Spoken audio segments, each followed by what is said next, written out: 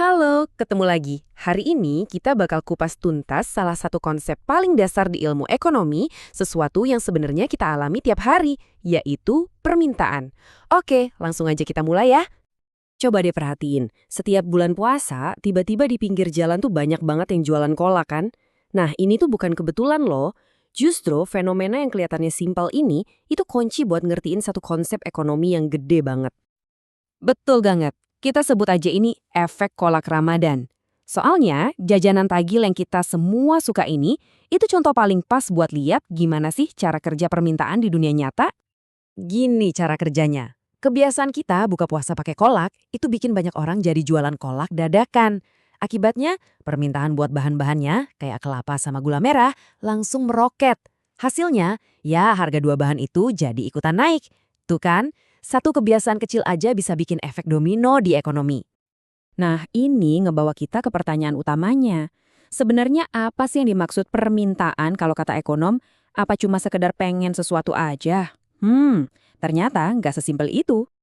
Di dunia ekonomi, yang dihitung itu namanya permintaan efektif. Maksudnya, ini adalah keinginan kita buat beli barang atau jasa. Tapi yang penting harus didukung sama kemampuan buat bayar. Jadi bukan cuma pengen, tapi juga ada duitnya. Coba kita lihat bedanya. Permintaan efektif itu gampang. Pengen plus punya duit. Kalau permintaan absolut, itu cuma pengen doang, tapi dompetnya nggak mendukung. Nah, ekonom tuh cuma peduli sama yang pertama. Kenapa? Ya karena cuma itu yang benar-benar jadi transaksi dan bisa muterin roda ekonomi. Jadi, poin paling pentingnya ini nih, permintaan itu adalah jumlah barang yang konsumen bersedia dan mampu beli di berbagai level harga. Kata kuncinya itu dua, bersedia dan mampu. Dua-duanya harus ada, nggak bisa salah satu doang.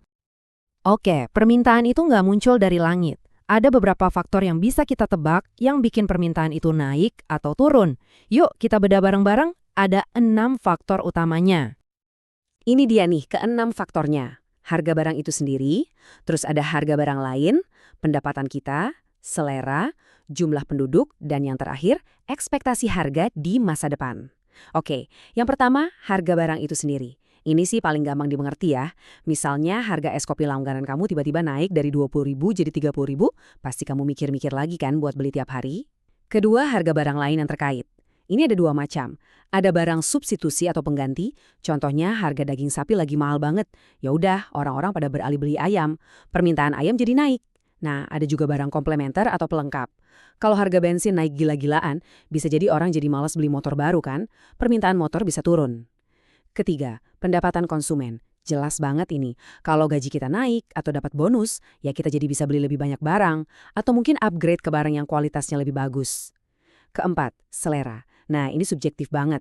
Kalau kamu udah ngefans berat sama satu merek smartphone, biarpun harganya naik dikit, kamu mungkin bakal tetap beli juga kan? Itu kekuatan selera. Kelima, jumlah penduduk. Ini logikanya simpel. Makin banyak orang di suatu negara, ya otomatis permintaan buat barang-barang kebutuhan pokok kayak beras, mie instan, itu pasti bakal naik juga. Dan yang terakhir, yang keenam, ekspektasi harga di masa depan. Gini deh, kalau kamu denger gosip kalau harga HP inceran kamu bakal diskon gede bulan depan, kamu pasti nahan diri buat nggak beli sekarang kan? Nah, itu dia kekuatan ekspektasi. Nah, dari 6 faktor tadi, ada satu nih yang paling dasar dan bahkan punya hukumnya sendiri. Inilah yang kita kenal sebagai hukum permintaan. Bunyinya gini, semakin rendah harga suatu barang, semakin banyak jumlah yang diminta. Sebaliknya, semakin tinggi harganya, semakin sedikit jumlah yang diminta. Simpel banget kan? Ini intuisi kita semua. Tiap ada diskon gede-gedean di mall, kita pasti lihat buktinya. Tapi ada satu syarat penting di sini, namanya ceteris paribus. Ini istilah Latin yang artinya faktor-faktor lain dianggap tetap. Maksudnya, hukum permintaan ini cuma berlaku kalau kelima faktor lain yang tadi kita bahas, pendapatan, selera, dan teman-temannya, itu nggak ikut berubah di waktu yang sama. Coba kita lihat data simple ini deh. Tabel ini nunjukin banget hubungan kebalikannya.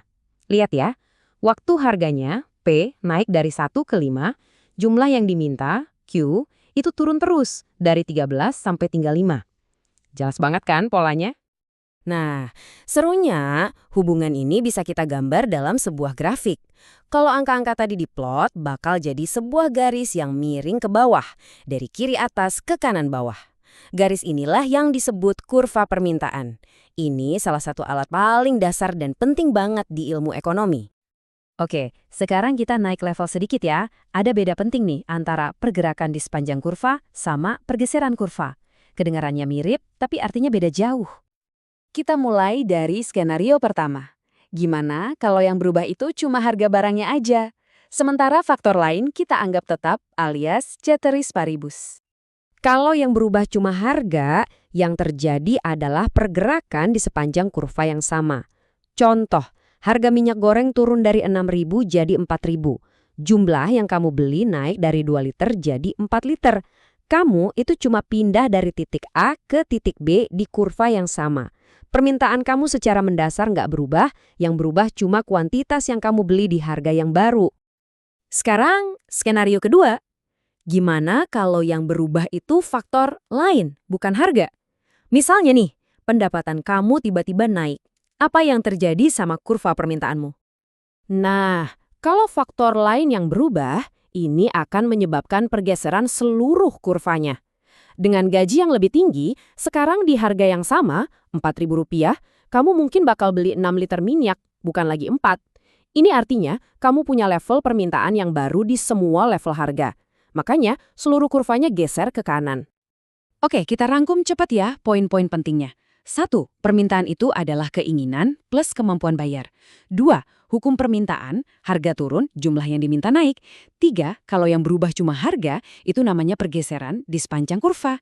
Dan 4. Kalau faktor lain yang berubah, itu namanya pergeseran seluruh kurva. Sip, dapat ya? Sebagai penutup, yuk kita refleksiin ke diri kita sendiri.